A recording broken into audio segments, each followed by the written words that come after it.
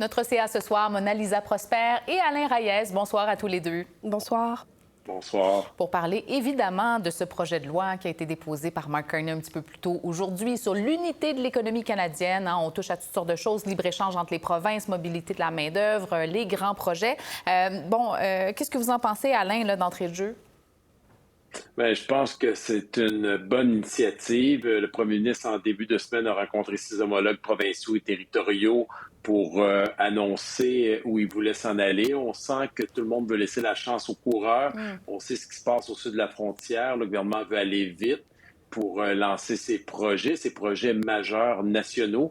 On pense tout de suite aux éléoducs, là, mais il y a toutes sortes d'autres projets qui sont sur la table. Naturellement, les premiers ministres, on a même entendu Doug Ford parler du Père Noël, tellement que c'est rare qu'on entend on a ces opportunités-là de présenter plusieurs projets, mais tout le monde est aussi conscient que c'est pas tout qui pourrait être fait. Puis moi, personnellement, ce que j'apprécie vraiment, c'est cette volonté de faire tomber les barrières tarifaires entre les provinces. On n'arrête pas de parler qu'on est pour le libre-échange, on fait des alliances avec les autres pays, mais dans notre propre cours, on ne le fait pas. Puis on parle juste ça de 200 milliards de hausse du PIB si on faisait tomber toutes ces barrières et on laissait la marchandise se déplacer librement avec la main-d'œuvre sur l'ensemble du territoire. Donc, je pense que ça serait un très bon coup et rapidement qui va pouvoir porter des impacts à notre économie. Oui. Bon, votre appréciation, Mona-Lisa, là, d'entrée de jeu? Oui, bien moi, je vois ce projet-là d'un très bon œil. Pour moi, on avait besoin de cette efficacité-là que ça va amener. C'est très aligné avec ce que M. Carney dit depuis le début. C'est une approche équipe Canada pour... Tout ça va vraiment aider à amener le Canada à être une des plus grandes puissances économiques du G7. Donc, moi, c'est quelque chose que je reçois d'un bon œil. J'ai hâte de voir comment, en pratique, tout ça va arriver parce que c'est certain que c'est bien beau mettre ces éléments-là de l'avant, mais c'est pas un coup de baguette magique. Il y a énormément de choses à mettre en place au niveau administratif, au niveau de tout l'appareil gouvernemental pour que ces changements-là fonctionnent, mais c'est un premier pas qui, selon moi, était essentiel pour qu'on atteigne les objectifs. Oui, et c'est intéressant parce qu'on nous dit dans ce projet de loi, on va avoir un processus d'examen qui, dorénavant, ne vise pas à déterminer est-ce qu'il faut faire le projet, mais plutôt, on veut trouver la façon de le faire et de le faire rapidement. On dit une approbation en 2 ans plutôt que 5. Est-ce que, Alain, vous trouvez ça réaliste, cet aspect-là? On veut aller très, très vite. Est-ce que ça se peut? Écoutez-moi bien, moi je dis enfin, parce qu'en général, lorsqu'il y a des consultations qui sont nécessaires, je tiens à le souligner, là, les gens peuvent apporter des modifications, des améliorations au projet. Il y a des experts qui parlent, les Premières Nations qui s'expriment, des élus municipaux, les entreprises.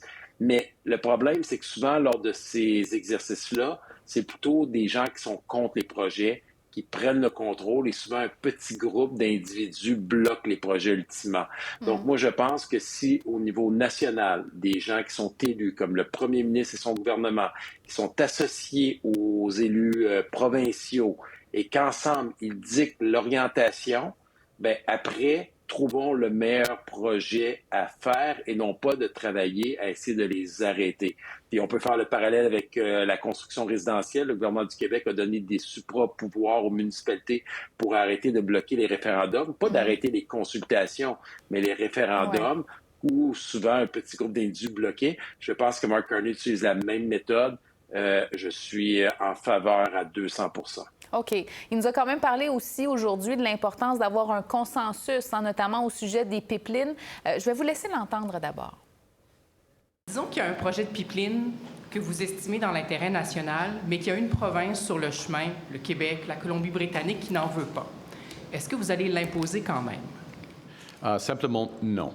Il faut avoir un consensus. De toutes les provinces? De toutes les provinces, et les peuples, avec les peuples autochtones. Le fédéral est dédié à de travailler rapidement pour des grands projets à l'échelle nationale. Alors, Mona-Lisa, on vient d'entendre Mark Carney qui nous dit à la fois, on veut une approche par consensus et en même temps, on veut aller vite. Est-ce qu'on peut faire ça? Est-ce qu'on peut faire les deux en même temps? Difficilement. Donc, il va nous falloir un peu plus de détails, justement, sur ce processus-là, parce qu'effectivement, qu'est-ce qui va se passer le jour où, et on sait que ça va arriver, une des provinces va être contre. Donc, je comprends l'essence derrière, non, on ne veut pas aller à l'encontre, on veut avoir une décision unanime, mais ça va être de voir, ça va être quoi les mécanismes en place pour qu'on puisse arriver à une décision. Et est-ce qu'en bout de ligne, ça va être une décision qui va être prise pour l'ensemble et une province va mettre les bâtons dans les roues et là, on va se retrouver dans des situations d'exception à chaque fois. Donc, il nous faut plus d'informations au niveau du mécanisme parce qu'effectivement, on ressent deux informations contradictoires dans la manière de faire les choses. Mais, ceci étant dit, je pense tout de même que c'est la bonne approche parce qu'on ne cherche pas à donner une importance à une province plutôt qu'une autre. C'est pas l'approche qu'il faut avoir, c'est pas l'approche que M. Carney semble vouloir mettre de l'avant non plus. C'est sûr qu'on attend plus de concret. Hein? On n'a pas encore énormément de détails à se mettre sous la dent, Alain, mais vous disiez dans une chronique publiée dans la presse ce matin, au moins, on veut avoir un courage politique de la part d'un gouvernement de défendre des décisions, même si parfois elles sont impopulaires. Ça prend le courage d'aller de l'avant. Est-ce que vous le sentez, ce courage-là, dans ce qu'on nous a présenté aujourd'hui? Tout à fait, je le sens. Puis je ne suis pas certain que Mark Carney avait totalement bien compris la question parce que quand il dit qu'il faut que toutes les provinces soient d'accord, je pense que c'est toutes les provinces qui sont concernées par le projet. S'il n'y a pas d'éléoduc qui passe au Québec, je ne pense pas que l'autorisation du Québec est si nécessaire. Puis la première ministre de l'Alberta a fait une passe sur la palette au premier ministre François Legault en disant « c'est pas nécessairement obligé de passer par le Québec. Elle sait qu'on ne pourra pas faire 10 éléoducs. Donc, elle a ouvert une porte pour passer par le nord du Manitoba, passer par la Colombie-Britannique. Aujourd'hui, la Colombie-Britannique a autorisé un projet d'éléoduc pour le GNL. Donc, on sent que tout le monde travaille à ouvrir ou se donner des opportunités d'ouvrir des nouveaux marchés en évitant les États-Unis.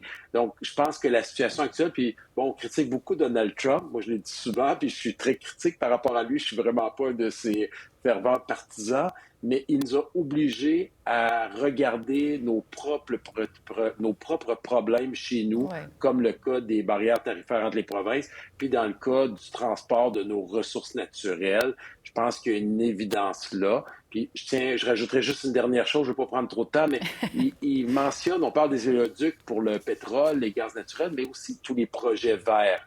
De nouveaux projets éoliens pour le transport d'électricité. Donc, il y a d'autres avenues qui sont intéressantes. OK, je vous emmène à Québec avant qu'on doive se laisser. Là, ça a été, en fait, c'est la fin de la session, évidemment, qui se termine avec le bâillon pour l'adoption du projet de loi 69. On veut donner les coups des franches à Hydro-Québec pour produire plus. Ça a été très critiqué. Mona Lisa, est-ce que vous pensez qu'on fait bien d'aller vite ou ça aurait été nécessaire qu'on débatte un peu plus longtemps? C'est très complexe, cette situation-là, parce que je pense que, vu la situation politique actuelle, puis aussi toute l'importance de ce projet de loi et ses impacts, on a besoin d'un certain haut niveau d'acceptabilité, acceptabilité sociale d'une part, mais acceptabilité un peu plus grande de la part des partis de l'opposition, je dirais, parce que là, c'est une fin de session parlementaire qui est très mouvementée, avec ce projet de loi adopté sous bâillon qui était très contesté, évidemment, donc je ne sais pas si c'était la bonne approche. Après, d'un autre côté, là, vous me direz, je dis une chose et son contraire, mais d'un autre côté, c'est un projet de loi d'une grande importance. Il faut aller vite. On n'a pas le luxe de prendre trop de temps non plus, vu les impacts qu'on cherche à avoir et tout ce qu'on a besoin de faire au niveau énergétique au Québec. Donc, c'est très... je suis assez embêtée par la question, je vous dirais. Oui, ça embête pas mal de monde, je vous dirais, à l'Assemblée nationale, pour les députés aussi qui vont passer une dure nuit. Donc, bilan, Alain, là, en terminant une session qui a été assez chargée et pas facile, hein, plein de dossiers, ça clique. On a eu la baisse de la note de crédit du Québec, la rémunération des médecins, l'hôpital Maisonneuve-Rosemont. Qu'est-ce que vous retenez, vous, des derniers mois, Alain? Et vous pourrez rajouter Nordvolt, Lyon, puis il y a bien d'autres projets. Mais il y en a eu des positifs, je pense, au ministre Drainville avec son projet avec les cellulaires, qui a semblé faire une plus grande unanimité chez la population. Mais c'est une fin de session très difficile à l'approche d'une année préélectorale pour François Legault et son équipe. Vous parlez du projet 69 là, qui va être adopté sous bâillon pendant la nuit ou aux petites heures demain matin. Mais faites le parallèle avec ce que vient de déposer Mark Carney. Il y a beaucoup de similarités entre les deux projets. Aller vite, donner plus de pouvoir, éviter certaines consultations. Vous avez dans un cas un premier ministre qui est en fin de régime et dans l'autre cas, un premier ministre qui vient de rentrer avec une certaine force un certain leadership.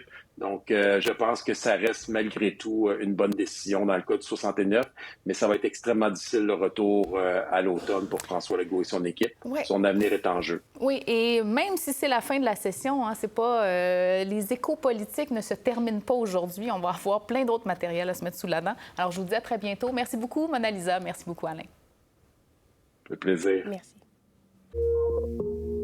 Pour voir nos émissions en entier, rendez-vous sur la chaîne Ici RDI.